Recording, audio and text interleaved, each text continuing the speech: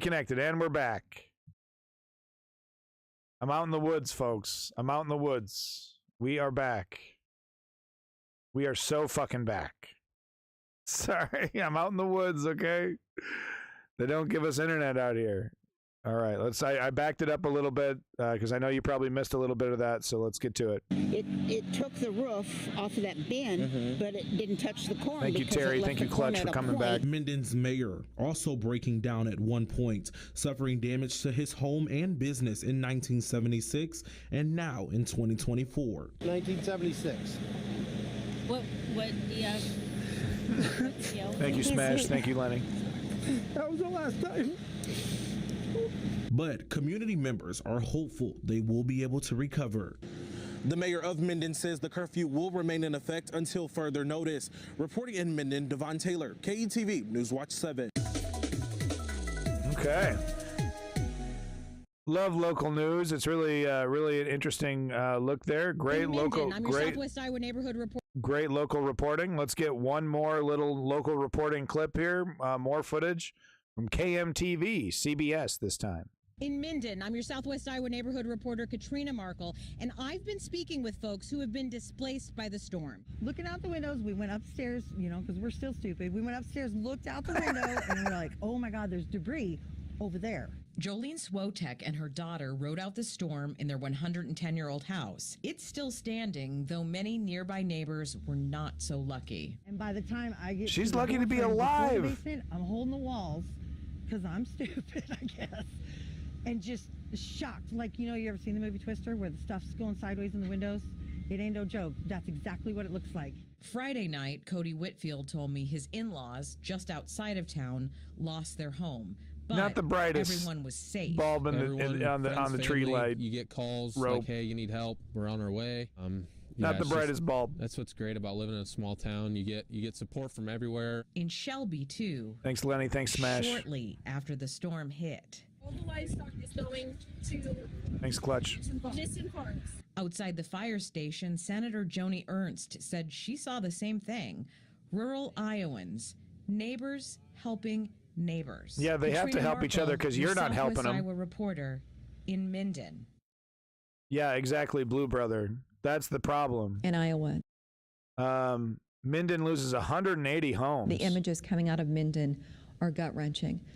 Governor Kim Reynolds toured the town and explained that half of the homes and businesses there are gone. Whoa. Anchor Zach Williamson spent his day in Minden and shows us what folks are dealing with tonight. Sorry, we got to watch this. It's a devastating scene here on this Saturday in Minden. I'm senior reporter Zach Williamson in Minden, Iowa. Of all the communities, and so many were hit by Friday night storms, Minden may have been hit the hardest. Governor Kim Reynolds is here in Minden. She said during her press conference today there are about 180 homes here in Minden. 40% of them are probably gone for good. I was able to go on a little bit of a ride around Bunga Tootsie Roll. Thank you for that follow. To check out some of this damage. Yeah, this is unbelievable. We're just trying to dig out of it. It's heartbreaking to see the community, see the devastation. A lot of businesses, mayor can't Main help but Street, I keep think crying. has probably been impacted pretty bad. This is the foundation to where a home once sat. That right there is the house sound young. that sat there. I mean, just looking in the background too, you can see just all the damage that has been done just off of this road and in this one neighborhood alone. 1976. What, yeah. Oh, okay. That was the last time. Let me tell you, I got a guy here that's a mayor that had his home impacted and 2 or 3 businesses in the community who's gone through it twice. So not only is he managing the community, but he's dealing with personal loss too. We just see the resiliency of your community and everybody working together. And the great thing is, there was very few anybody really getting hurt. I mean, it was the communication early on to make sure that lives were saved. That's amazing. Begins, but That's that means amazing. That we all work together and I think so. I don't think it's purple. Right now, there's no running water, and on top of that, we don't have to go there. No gas, no electricity. The gas and electricity both probably won't be on for another 4 to 5 days. Seeing all the people here, it's been inspirational and moving. So, reporting from Minden, Zach Williamson, 3 News Now. Damn, homie's over here crying. Yeah, we don't have to point out the fact that majority of these people are probably, if they do vote against their self-interest, but it's tragic. And thankfully, no one was killed. And hopefully the mayor here, who seems pretty on board with helping them out, is not going to let politics get in the way of accepting aid like we see so often from right-wingers. So hopefully he doesn't follow that pattern. And that word resilience we've seen so much in the last 24 hours. Reporter Katrina Markle was in Minden last night and captured this moment. Well, they're all crying. And first responders Get me noticed crying. the American flag on this damaged pole was ripped. Oh, my God. They found a new flag and took a moment to replace Can you it. see? My God. Time ago, Nebraska Governor. Well, that is something. Thankfully, it doesn't sound like anyone's died, which is a silver lining there for sure. So hopefully that stays the same. No one has died. Let's hope that does not change. All right. We have a repeat of the what was this? The George Floyd "I Can't Breathe." Well, it's back. Yep. Just as just when we thought things are calming down, it's so crazy to see another "I Can't Breathe" incident happening after we did so much reforming of the police and after George Floyd, like we really went in there and from the top down spent a lot of money and spent a lot of time like trying to find real solutions. And it's really surprising that after those intense reforms that absolutely happened, they really did happen. It's so crazy that, after we tried so many things, we did so many things that another "I Can't Breathe" incident's happening. And yep, he died. And oh yeah, he's a bad guy. He did some petty crime and drugs and stuff like that. Yeah, okay. Yeah, well, like any other poor person living in a poor neighborhood. But yeah, another cop killed somebody. Oh, smash. What do you mean? What do you mean? Not a bit of reform or defunding. What do you mean? Now, I'm not one of those people that believes in defunding. I believe that we can keep the funding, but we need to heavily reform and make them spend it on things that are actually effective. Like in a case like this, a petty crimes unit or a de-escalation unit, a local community representative who's maybe backed up by the cops or sitting in the car out back, or they're hanging back. We've seen these alternate police style response units for mental health issues, for things like this that can easily spiral out of control by a cop who's been trained for 6 weeks and doesn't know how to de-escalate anything and is on a power trip. Yeah, Smash, I disagree with the defunding, but I definitely agree with the reform. How far denialism can go? Is that what you're trying to say? No, it's so crazy to me that after all those hardcore reforms that we're running up to this same exact problem happening once again. I'm sure everyone else is just as shocked as I am. So let's go ahead and get it here from MSNBC. Sorry about that. Tonight, police in Ohio releasing new body cam footage showing a man who became unresponsive during his arrest was later pronounced dead at a hospital. His last words heard in the footage: "I can't breathe." Oh. In the video, we hear Frank Tyson yell those words out at least 7 times as cops try to subdue him, with one officer putting a knee on his upper back for about 40 seconds. We are only going to show you that moment once, and we have to warn you here, it is incredibly disturbing. I can't breathe. I can't breathe. I can't. Get on my neck. I can't breathe. That's the story right there. I'll be glad to hear you. Okay. I can't breathe. You're fine. Yep. Shut This all happened last Thursday when Tyson allegedly crashed his car into a pole in Canton before running into a nearby bar. You can see here police finding the damaged pole and what they say is Tyson's car nearby before bystanders directed the officers into the bar where Tyson was. An altercation, a tussle between Tyson and the officers starts nearly immediately. That's when they start trying to take him to the ground. The coroner says Tyson's cause of death is still pending. So he's a criminal. Are on paid administrative leave while officials investigate. There's, of course, some very obvious overlap with the death of George Floyd in Minneapolis here, who was murdered by a police officer who kept his knee on Floyd's neck for nearly 10 minutes as There we go. Now, yeah, and so I mean, we got an internet problem here again. And there she goes. We're back. And we're back. Sorry about that. I hit pause on the video.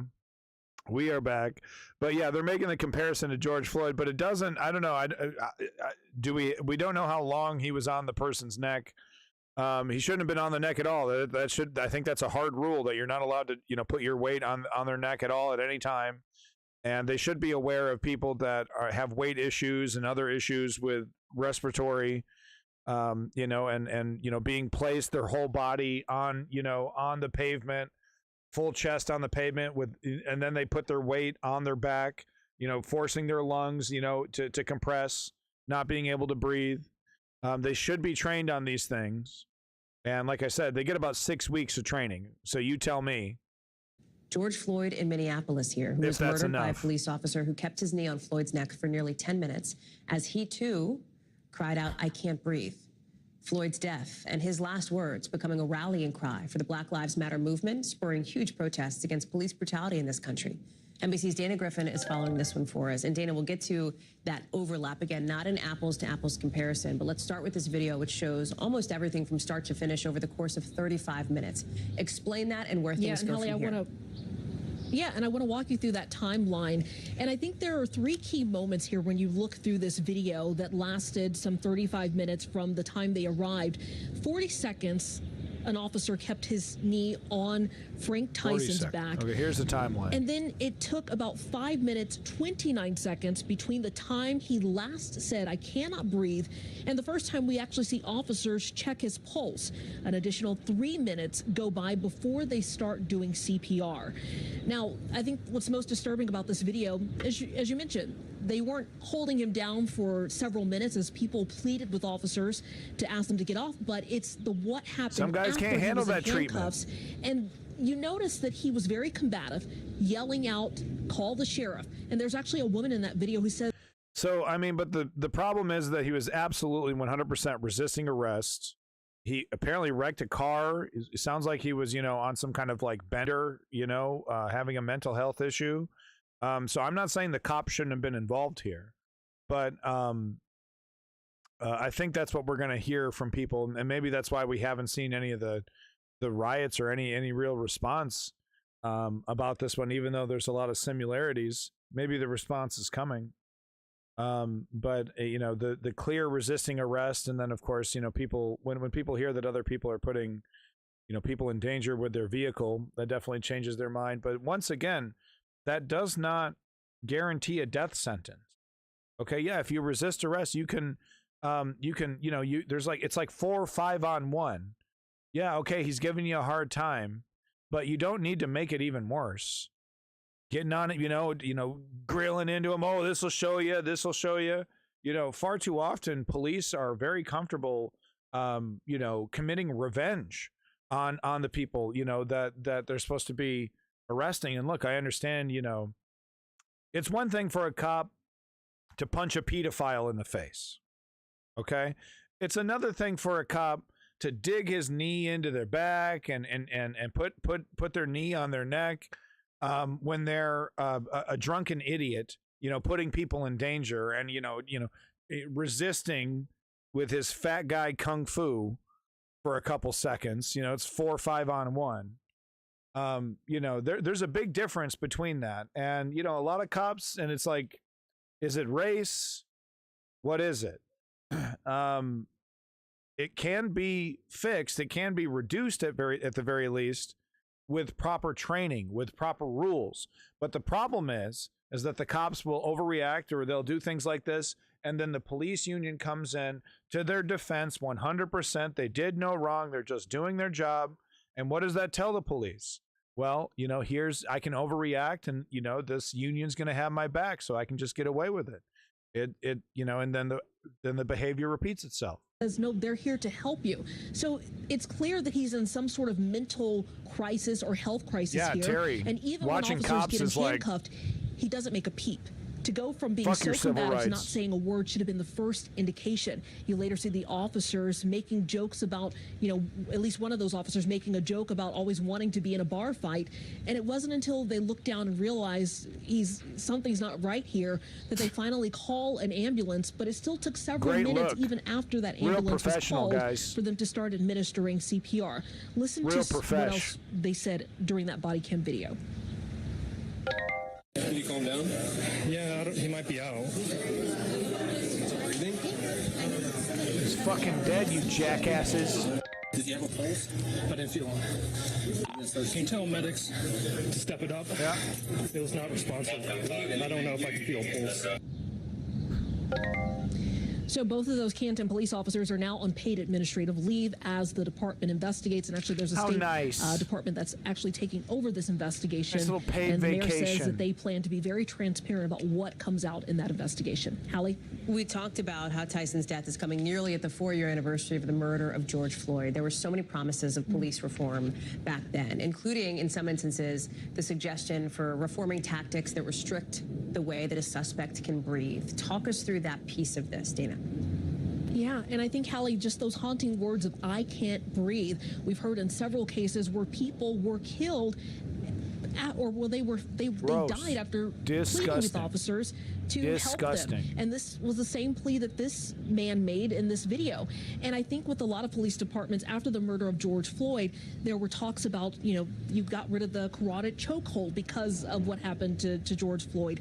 There was talks about not keeping detainees in that prone position with their faces down. A moment you saw this person with his face in the carpet. Yeah, they're breaking the rules it raises blatantly. the questions of why The was standard he not operating flipped procedure. over? Why was The he not union's checked got on my back. immediately after And the being put in union those will have their handcuffs? back this and a time, lot too. of those questions will hopefully be answered in this investigation. Hallie? Oh, yeah, There's some hopefully. big concern. Hopefully is the right word, because it won't. That's what happens time after time after time. They get away with this shit. They get away with it. Right? They get away with it. Unions got their back. All right, final segment of the day. I'm going to be here all week, so I'm going to do another stream. But I thought we'd fill in because we're talking about gun, because I knew I knew it was going to be a conversation about gun violence. So I thought we'd do everyone's favorite segment, the mass shooting update, everyone. No, it doesn't have the same punch without the soundboard. But just to tally it up, we had 158 U.S. mass shootings this year in 2024. Come on, we can crack that 200. Come on. Those are rookie numbers. We can hit that 200. A total of 6,064 mass shootings since 2013. And one whole day since the last mass shooting. Thank you so much, Good Guys with Guns, for giving us a peaceful Saturday. Over there in Daytona, Florida, 0 dead and 4 injured. Suspect, Michelle Maladano, 21. So young. Well, hopefully Mr. Michelle got that gun legally. I'd hate to think that he got it illegally. Over there in Washington, D.C., 0 dead and 6 injured. The suspect's Renwell Mantock. In Springsdale, Arizona, or Arkansas, maybe? One of those. 2 dead and 2 injured. Oh no, here's our family annihilation event. Looks like we have 2 of them today. Domestic victims. Gunshot his 19-year-old girlfriend. Oh, the gunman shot his 19-year-old girlfriend. Then the victim fatalities, Lubrick Bruley.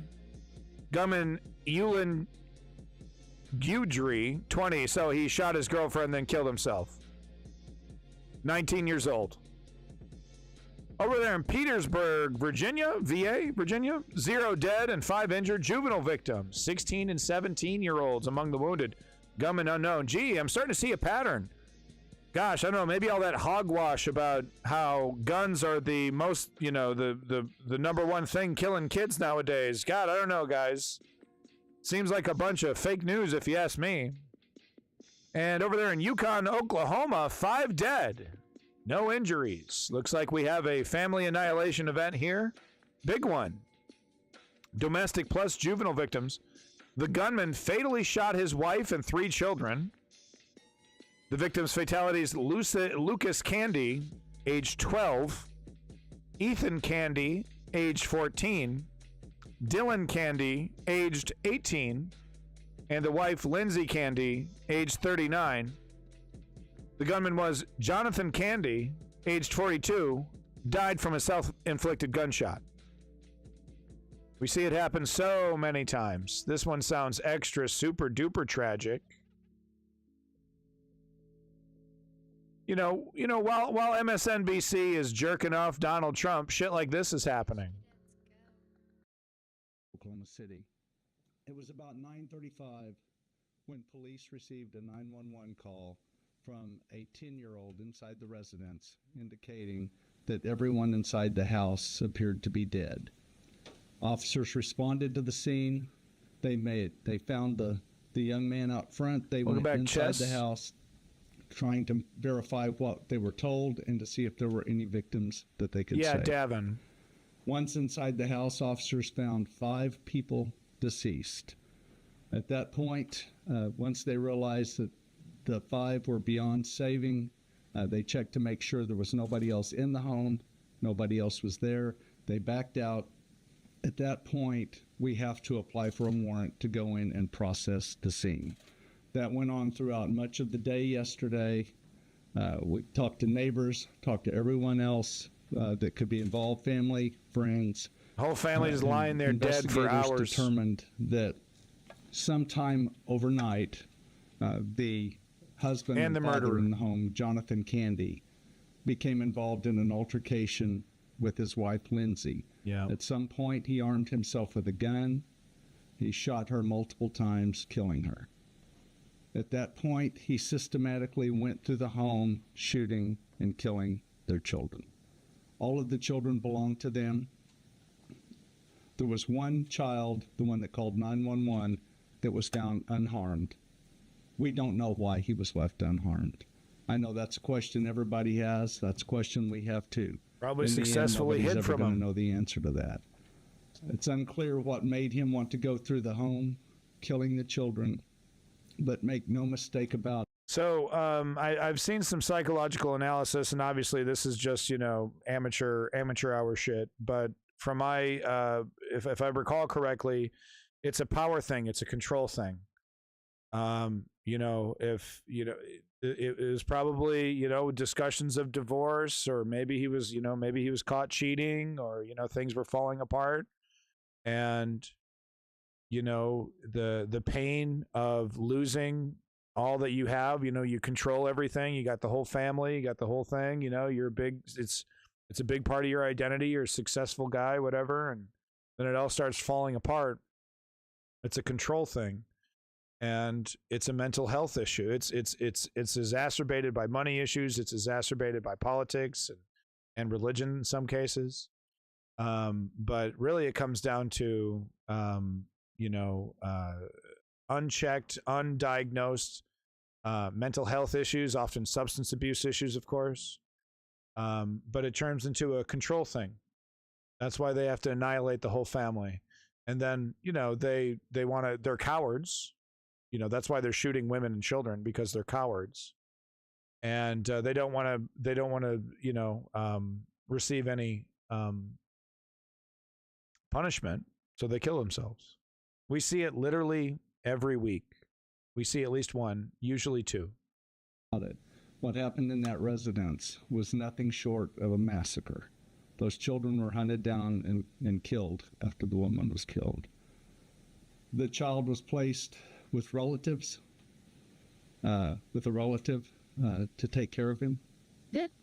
It was a horrible thing for everybody, the officers who were there, for the people who heard about it, for the investigators and crime scene analysts who had to go inside.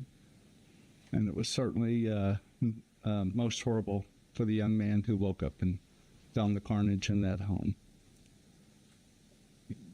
Yeah, so they keep saying he woke up and found the carnage. It's crazy to think that he slept through this all, but maybe, I don't know, maybe he was a weird kid sleeping in a closet or something, and he literally didn't hear any of it. We have no calls to that residence regarding any type of domestic abuse. We have no history from them in our system showing any type of domestic undiagnosed, problems being untreated to us.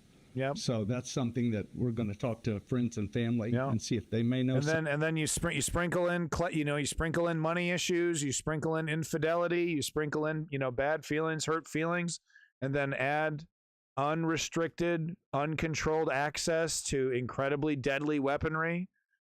We see at least one or two a week.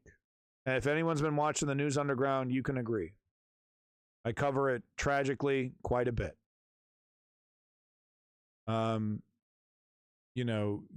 Restricting guns wouldn't fix the issue completely.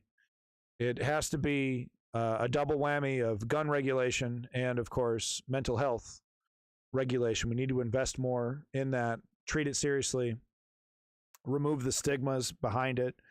People that are having mental health issues are not weak. Treat it with the respect that it deserves. Blue Brother here saying, according to so many surveys, the vast majority of your citizens are in favor of more restrictive gun laws. Still nothing happens. You seriously need to rethink your system. So Blue Brother, one of the core issues that we're having is not actually the system.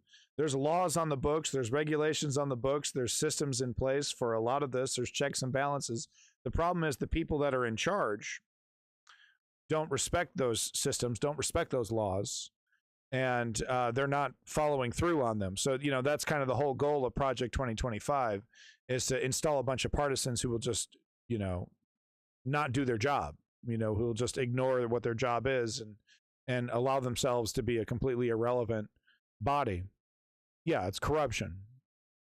So it's, people who say fix the system, late stage capitalism. I mean, there's definitely a lot of truth to a lot of that. And obviously the system needs a lot of reform.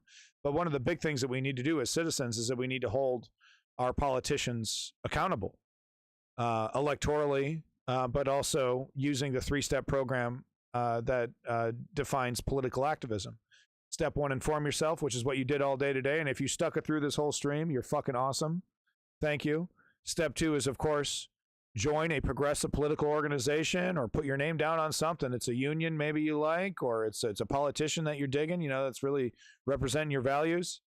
But you got to put your name down. And step 3, you got to put in the work, put in the action. Ask yourself once a month, what am I doing for this movement, for the left progressive movement for change? What am I doing for it? It's very important. As Clutch Cargo says, the only thing that's ever worked. Problem is, if you're financed by the NRA, you will vote in favor of any pro-gun law. We're dealing with some legitimate problems, and it's not going to be fixed with apathy. It's certainly not going to be fixed with e-activism. That's a part of it. E-activism is actually really important, and we shouldn't just disregard it. But it is, it should be a tool used for organizing mainly and getting boots on the ground, because that's what they're most afraid of. By they, I mean the oligarchy, the empire. That's what they are most afraid of, because that means real change. That's why they resist it so heavily. They do everything in their power to discredit it, ban it, laugh at its relevance. They do, they do everything they can to diminish its power, but really they're most afraid of nonviolent direct political action. That's what they're most afraid of. And the reason why they're most afraid of it is because it works. It's one of the few things that's actually worked. Defund the lobbyists somehow. Well, it is, baby steps, but yeah, absolutely. Put that in the manifesto. Absolutely. But thank you, everybody. Thank you, Smash, Blue Brother, Clutch Cargo, Davin, Lenny, Terry, Chem Goblin. Once again, everyone, make sure you're liking and subscribing to Lenny. This has been a really fun stream. My ass hurts. My feet are frozen, but I had a lot of fun. We're definitely going to do another one, at least one more. Thank you, Clutch Cargo. Thank you, Terry, once again. Gasperancia, ROB. Thank you, Rob, for coming in. Thank you, Rob. Flo, you seemed cool, but your name seemed suspect, so I didn't want to say anything. Leon, thank you. Pucker, thank you. I think thank you for Pucker. I think so. I don't know. To be determined. Let's see here. Big props to Davey and Woke Patriot as well for their hard work in the Discord. You're Tubing. Thank you, You're Tubing, for sticking it out the whole stream. You're awesome. Thank you.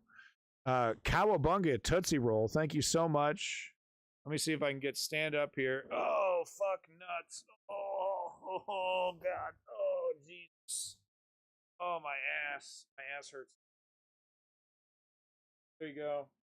Woods. Enjoy your family time. Oh, I will.